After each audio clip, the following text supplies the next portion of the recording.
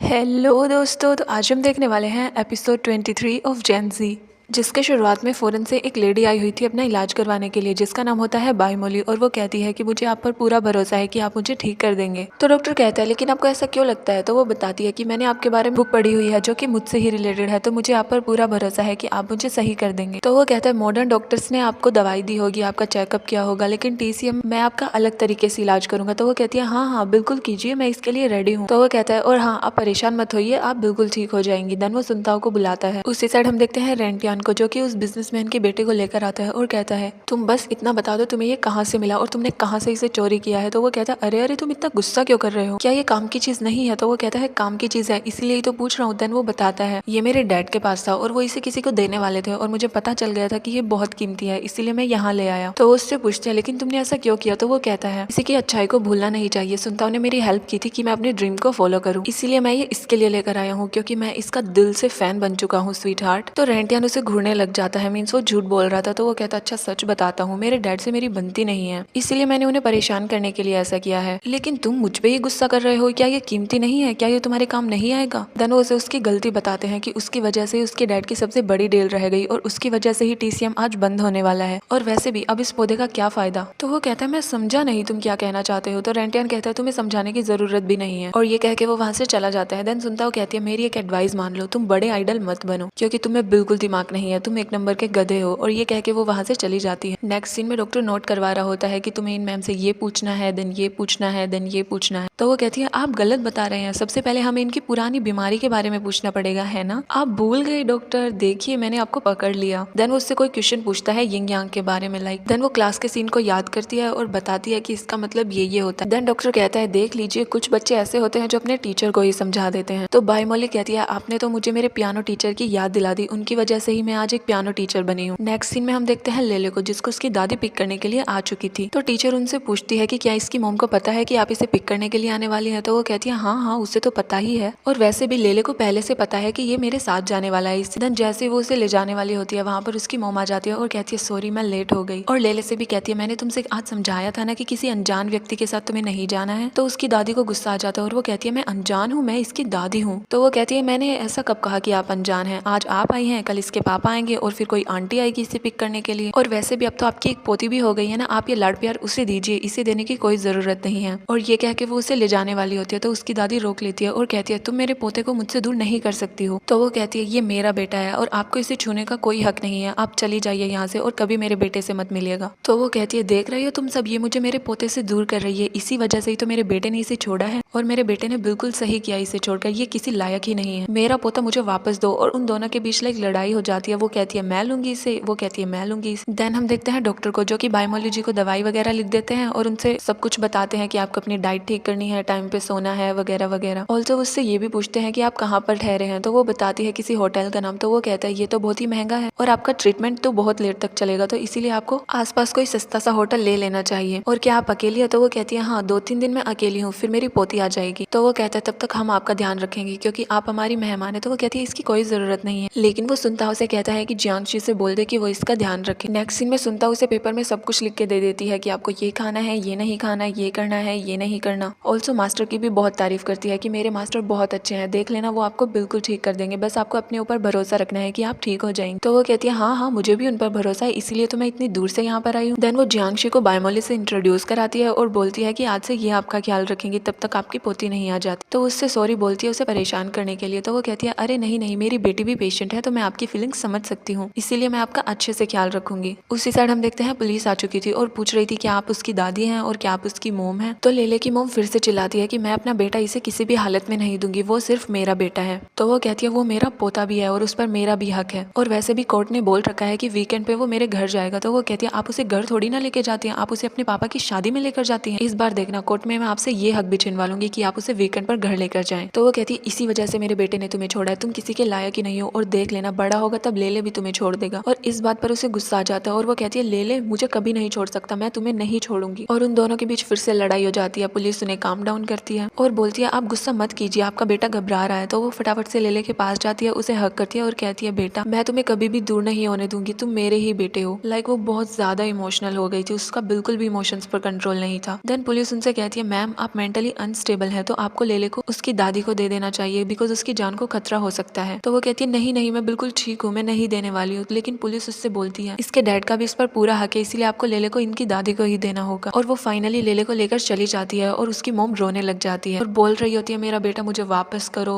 Please मुझे वापस करो। लाइक ये सीन बहुत इमोशनल था। नेक्स्ट सीन में वो जियांशी के पास जाती है, रोने लग जाती है और बोलती है उन्होंने मेरा बेटा छीन लिया मुझसे, मैं क्या करूँ। तो जियांशी उसे काम डाउन करती है कि पहले तुम शांत हो जाओ। नेक्स्ट सीन में वो डॉक्टर के पास जाती है और कहती है आपके तरीके मैंने 10 बार ट्राई किए हैं लेकिन फिर भी मैं अपने इमोशंस को कंट्रोल नहीं कर पाती हूँ, मैं क्या करूँ। तो डॉक्टर पूछता है लेकिन इस बार आपकी ये हालत हुई कैसे। तो वो बताती है कि उसकी दादी लेले को लेकर चली गई और उसने मेरा बेटा मुझसे छीन लिया है, मुझे उस पर बहुत गुस्सा आ रहा है, मैं उसे नहीं छोड़ूंगी, मैं उसे जिंदा गाड़ दूंगी। लाइक उसे बहुत गुस्सा आया हुआ था। तो डॉक्टर कहता है आप बिल्कुल ठीक हैं क्योंकि पिछली बार तब आप आई थी तो आप में कुछ भी करने की हिम्मत नहीं थी, लेकिन अब आप कुछ भी कर सकती हैं। हाँ माना आप इमोशंस को कंट्रोल नहीं कर पाती हैं लेकिन इसका मतलब ये नहीं है कि आप ठीक नहीं है। हर इंसान में इमोशंस होते हैं और सभी उसे कंट्रोल नहीं कर पाते हैं, लेकिन हाँ आपको बस अपना गुस्सा कंट्रोल करना पड़ेगा। तो वो कहती है मैं ये गुस्से को कंट्रोल नहीं कर पाती हूँ डॉक्टर, आप बताइए मैं कैसे करूँ। वो उसकी नर्व्स देखता है और बोलता है कि आपको सिर्फ और सिर्फ अपना गुस्सा कंट्रोल करना है, बाकी आप बिल्कुल ठीक हो जाएंगे। और आप अपने लिए ना सही अपने बेटे के लिए तो अपने गुस्से को कंट्रोल कर ही लीजिए, वैसे आप बिल्कुल ठीक है। और ये क्या कहता है वो जाने वाला होता है। तो वो कहती है मुझे दवाइयाँ तो दीजिए। तो वो कहता है आपको इसकी कोई जरूरत नहीं है, आप बिल्कुल ठीक है। नेक्स्ट सीन में सियान बोलता है कि आज मेरी छुट्टी थी लेकिन फिर भी तुम लोग मुझसे काम करवा रहे हो। तो सुनता हूँ कहती है तुम लीडर होकर भी ऐसे कर रहे हो, बल्कि तुम्हें ज्यादा काम करना चाहिए। देन रेंटियन भी उसकी हाँ में हाँ मिलाता है। तो वो कहता है लेकिन तुम दोनों की कब से बनने लगी इतनी। देन वो रबका के बारे में बातें करने लग जाते हैं कि वो इतने दिनों से कहाँ है, किसी को कुछ अता पता नहीं है, वो कहाँ जाती है किसी को बताती भी नहीं है। तो सुनता हूँ कहती है हो सकता है वो पार्ट टाइम जॉब कर रही हो। तो शियान कहता है नहीं नहीं अगर वो करेगी भी ना तो तुम उसे करने ही नहीं दोगे। तभी वहाँ पर जियांशी आती है और कहती है कि देखो बाईमोली को खून की उल्टी आई है। तो ये सुनकर सभी पैनिक हो जाते हैं, उसके बारे में पूछने लग जाते हैं उसने दवाइयाँ टाइम पर ली, क्या वो कैसी है, क्या वो ठीक है वगैरह वगैरह। तो वो बताती है हाँ मैंने उसका अच्छे से ख्याल रखा है और प्रॉपर दवाइयाँ भी दी है टाइम पर। तो शियान कहता है हमें उसे जल्द से जल्द हॉस्पिटल लेकर जाना पड़ेगा। तभी वहाँ पर डॉक्टर आ जाता है और बोलता है कि क्या हुआ। तो वो बताती है कि उसे खून की उल्टी आई है। तो वो कहता है ये तो नॉर्मल है। तो शियान कहता है वो नॉर्मल कैसे हो सकती है, उसकी जान को खतरा है। तो वो कहता है टीसी और मॉडर्न डॉक्टर में यही तो फर्क है, तुम बहुत जल्दी पैनिक हो जाते हो, तुम देख लेना वो 1 बजे तक ठीक हो जाएगी। लेकिन शियान फिर भी नहीं मान रहा था और बोल रहा था कि नहीं हमें उसे लेकर जाना चाहिए। तो डॉक्टर बताता है तब कोई इंसान ठीक होता है ना तो उसकी गंदगी कहीं ना कहीं से तो निकलती है, चाहे उल्टी हो या फिर लूज मोशंस हो, तो इसका मतलब है वो ठीक हो रही है, तुम्हें पैनिक होने की कोई जरूरत नहीं है। एंड तभी वहाँ पर रबेका आ जाती है और कहती है डॉक्टर एक खुशखबरी की बात है, मुझे टीसीएम के लिए जगह मिल गई है। तो शियान कहता है तुम हमारे बारे में कब से सोचने लगी, लेकिन वो उसे टोटली इग्नोर करती है। तो डॉक्टर भी खुश हो जाता है ये सुनकर कि उन्हें जगह मिल चुकी है। तो वो कहता है चलो चलो मैं अभी आता हूँ। देन वो उसे वो जगह दिखाती है जो कि बहुत स्पेशियस थी और उसके फीचर्स बताने लग जाती है कि ये बहुत बड़ी है, आप यहाँ पर टीसीएम भी कर सकते हैं, दवाइयाँ भी बना सकते हैं वगैरह वगैरह। देन वो उसे ये भी बताती है कि इसका रेंट मार्केट प्राइस से बहुत कम है। तो डॉक्टर कहता है लेकिन फिर भी इसका रेंट काफी ज्यादा होगा। तो वो कहती है बिल्कुल भी नहीं। एंड हमें फ्लैशबैक दिखाया जाता है कि वो बहुत जगहों पर घूमी थी, उसने बहुत लोगों से कॉन्टेक्ट किए थे जगह ढूंढने के लिए और इतने दिनों से वो कहीं और नहीं बल्कि टीसीएम के लिए जगह ही ढूंढ रही थी और इसीलिए वो गायब थी। एंड फाइनली तो उसे ये जगह मिली तो उसने डीलर से कहा कि आप इसका प्राइस कम कीजिए, लेकिन वो बोलता है कि लास्ट हम इतना ही कम कर सकते हैं, इससे कम नहीं हो पाएगा। देन वो उसे बताती है कि हम इसे लॉन्ग टर्म के लिए लेने वाले हैं तो इसमें आपका भी फायदा होगा और वैसे भी ये ऑन रोड नहीं है ना, इसके आसपास कोई रेलवे स्टेशन है, बाकी आप खुद समझदार हैं तो आप देख लीजिए। लेकिन फिर भी वो कम नहीं कर रहा था। तो वो कहती है अच्छा ठीक है, तब तक ये जगह हमारे पास रहेगी, तब तक मेरी लीगल सर्विसेज बिल्कुल फ्री रहेंगी आपके लिए, बिकॉज वो लॉयर थी ना इसीलिए। तो वो ये सुनकर बहुत खुश हो जाता है और कहता है सच्ची। तो वो कहती है हाँ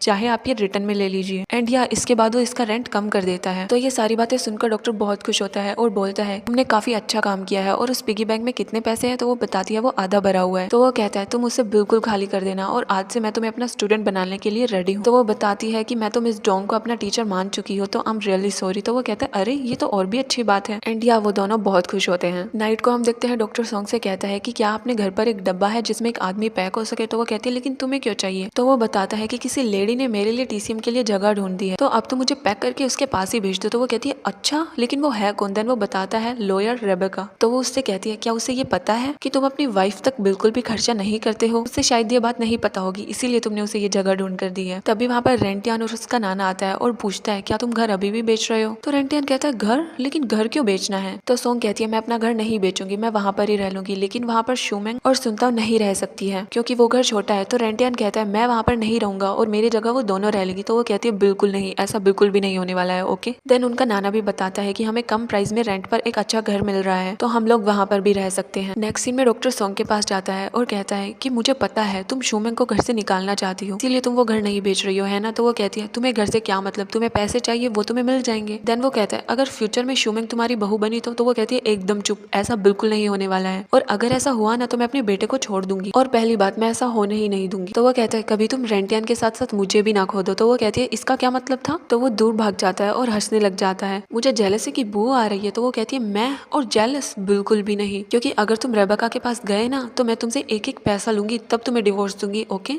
और वो दोनों हंसने लग जाते हैं। नेक्स्ट डे बायमोली आती है चेकअप के लिए, उसके साथ शियान भी आता है बिकॉज वो भी उसके साथ रुका था। तो सुनता पूछती है आपकी पोती नहीं आई आपके साथ। तो वो बताती है कि पूरी रात उसने मेरा ध्यान रखा, इसीलिए वो अब दिन में सो रही है, और शियान ये मेरा ध्यान रखते रखते साइड वाले रूम में सो गया, इसीलिए मेरे साथ आया है। तो रेंटियन उसे चिढ़ाने के लिए बोलता है अच्छा तो तुम वहां पर सोए थे। तो वो कहता है हे गलत मतलब मत निकालो, ओके। देन डॉक्टर बायमोली की नर्व्स चेक करता है और बताता है कि आप ठीक हो रही हैं, आपको अच्छे से नींद आई थी। तो वो कहती है हाँ हाँ। ऑल्सो वो ये भी बताता है कि अगर कोई इंसान टाइम पर सोता है, भरपेट खाना खाता है और टाइम पर पोटी करता है तो वो बिल्कुल हेल्दी है। एंड लाइक वो ये सारी बातें बताने लग जाता है कि हमें रूल वाइज चलना चाहिए, रूल्स को फॉलो करना चाहिए, जिससे हमारी इम्यूनिटी पावर सही रहती है, वगैरह वगैरह। देन शियान कहता है वैसे डॉक्टर आपको ये कैसे पता चला कि ये रात को 1 बजे ठीक हो जाएंगी। तो वो कहता है सुनता हो, इसे बताओ वो कौन सी बुक थी। तो वो बताती है ये बीमारी रात को 11 से 3 बजे के बीच में ठीक हो जाती है। तो शियान कहता है अच्छा तुमने वो बुक पढ़ रखी है। तो वो कहती है अरे मुझे पता था कि डॉक्टर कल मेरा टेस्ट लेंगे, इसीलिए मैंने रातों रात वो पूरी बुक पढ़ डाली। तो डॉक्टर कहता है इसीलिए तुम मेरी फेवरेट स्टूडेंट हो। और वो बायमोली जी को भी बताता है कि ये दोनों भी मेरे स्टूडेंट हैं। और इसी के साथ हमारे एपिसोड की एंडिंग होती है।